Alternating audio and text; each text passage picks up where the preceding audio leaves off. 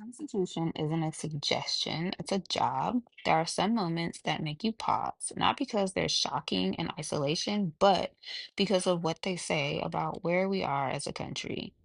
In a recent Meet the Press interview, President Donald Trump was asked if, during his presidency, he is still obligated to uphold the Constitution. His answer? I don't know. Not yes, not of course, just I don't know. For anyone watching, that should raise an alarm. But for those of us who've taken an oath to protect and defend that very Constitution, especially those in uniform, it hits even harder. This video isn't about left or right. It's about what happens when the foundation of American government becomes a question mark.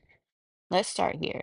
The Constitution isn't just a piece of paper, it's the framework of our rights, our checks and balances, and our accountability. When a president takes office, their oath, written into Article 2 of the Constitution, is to preserve, protect, and defend the Constitution of the United States.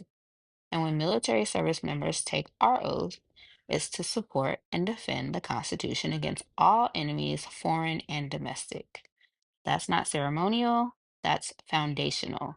It's the one thing we all swear to, no matter who's in office. So when the commander in chief, the very person we serve under, says he doesn't know if he needs to follow the same constitution, it creates a direct contradiction.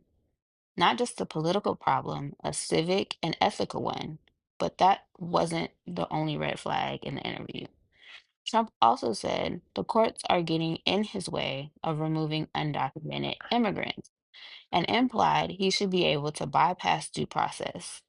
He dismissed concerns about rising costs, saying kids don't need $30 and Americans can live with fewer strollers. He floated the idea of military force to take Greenland. He joked again about making Canada the 51st state. And he even brushed off the idea of a third term, saying others have encouraged it. What do all these moments have in common? They reflect a growing pattern. Power being treated not as a responsibility, but as a tool for personal discretion. And when you strip away the spectacle, what you're left with is a simple, dangerous idea. If the rules get in my way, I can ignore them. So, why should you care? Because this moment isn't just about policy disagreements. It's about the very system that protects our rights when government overreaches. When a president shrugs off the Constitution, it sends a message that laws are flexible, that checks and balances are optional, that oaths don't mean anything, but they do mean something, especially to people who have sworn to them.